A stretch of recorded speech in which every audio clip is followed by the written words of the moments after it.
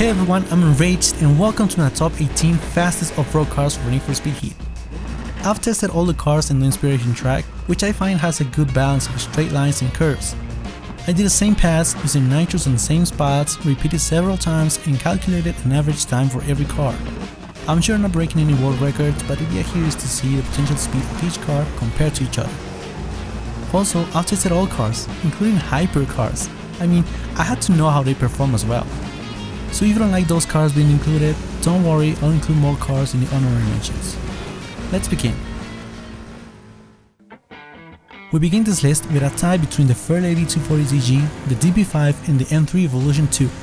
The three of them got the same average time of 3:28.40, but I'm putting the Fairlady at 18 because it's harder to keep consistent times with it.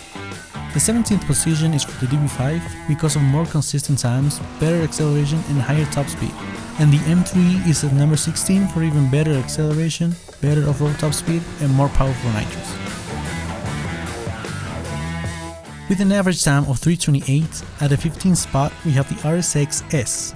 This car is faster by almost a second than the last three cars, and it has one of the fastest acceleration, but in exchange it's way harder to turn, and it has one of the lowest off-road top speeds in the game. It's also really grippy, which can be good in some cases and bad in some other cases. It's a great car if you don't mind the turning difficulty. Next, at number 14, we have the C63. I was just messing with this car since it doesn't look like an off-road car, but turns out, this car is really fast for off-road. It has a really good acceleration and really good off-road top speed as well. Not to mention, it handles really good. A really nice surprise.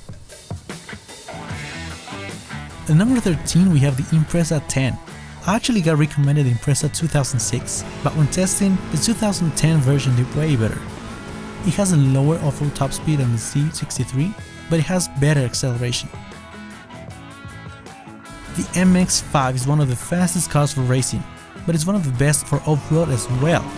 Even though it has one of the lowest off-road top speeds in the game, it compensates with one of the best acceleration and nitros power in the game.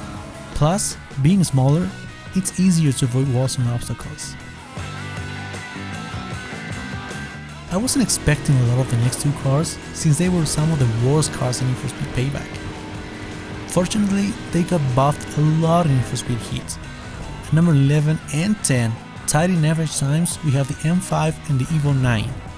The M5 has higher off-road top speed and the Evo 9 has better acceleration, but they perform basically the same. Next we have the 911 Carrera GTS. This Porsche has really good acceleration, but barely defeats the last two cars by a third of a second.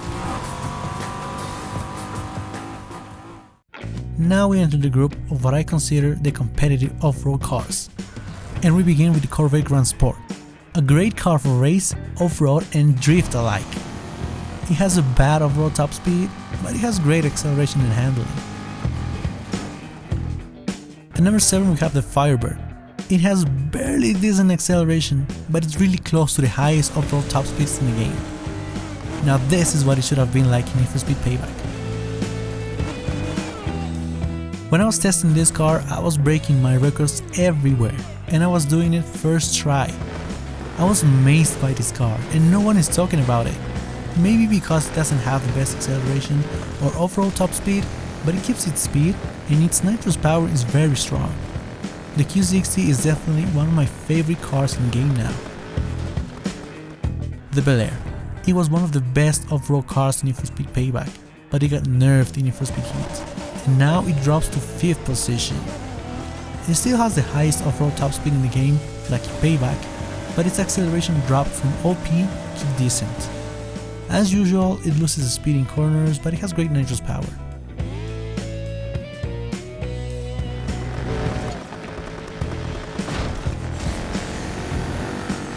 The opposite happened with the Panamera Turbo, that went from one of the worst of Payback to the 4th position, and it's tied with the Mustang Foxbody' in average time.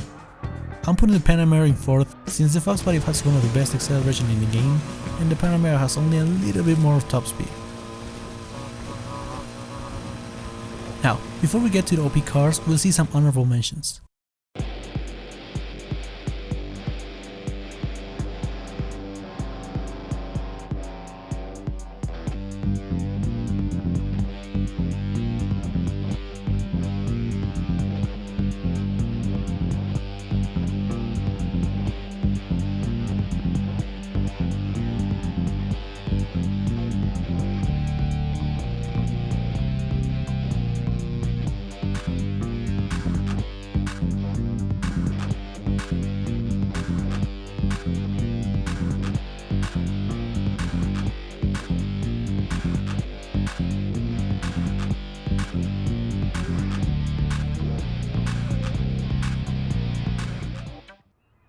We are at the OP group now, and I wasn't expecting these results.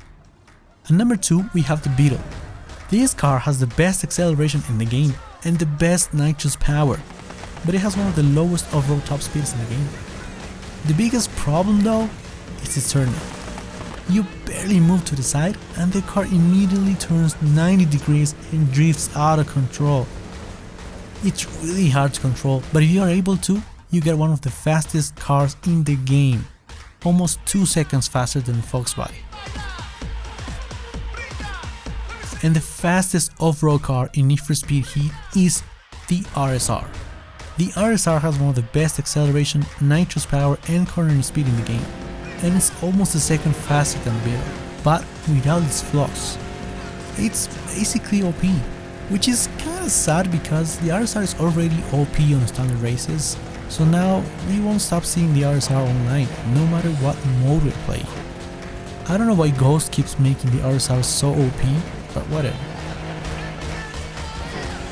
So those are the fastest off-road cars in Need for Speed Heat. Let me know what you think about it in the comments, and if you want more Need for Speed videos, subscribe to the channel. I'll keep uploading the maxed out engines videos, and I'll also do some other Need for Speed videos. But that's everything for now. I'll see you guys on the next video.